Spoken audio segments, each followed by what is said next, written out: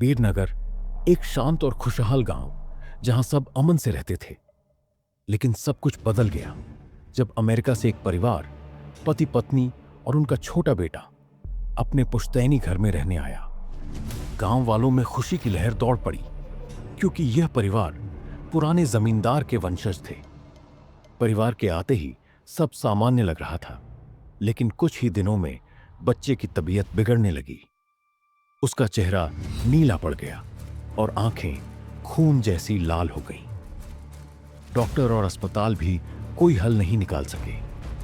तब गांव के बुजुर्गों ने परिवार को पहाड़ी पर रहने वाले ओंझा बाबा के पास जाने की सलाह दी। जैसे ही परिवार ओंझा के आश्रम पहुंचा, बाबा ने बच्चे को देखते ही चिल्लाकर कहा, तू क्यों लौटी है? इतने बरस बाद भी तेरा बदला खत्म नहीं हुआ? यह सुनकर सभी डर गए। बाबा ने विभूति फेंकी और बच्चा जमीन पर गिरकर तड़पने लगा।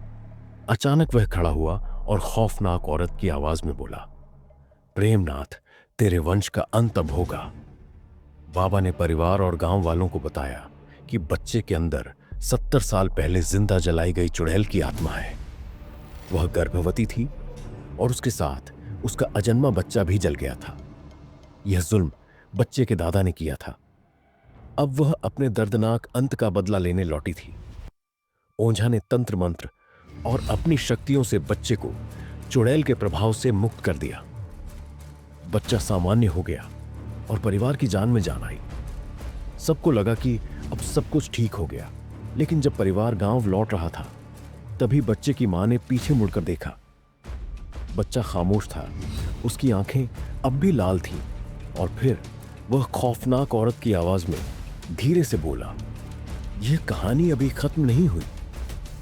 गाड़ी के इंजन की गूंज के बीच हर कोई खामोश था, लेकिन गांव की हवा में अब भी एक सिहरन बाकी थी।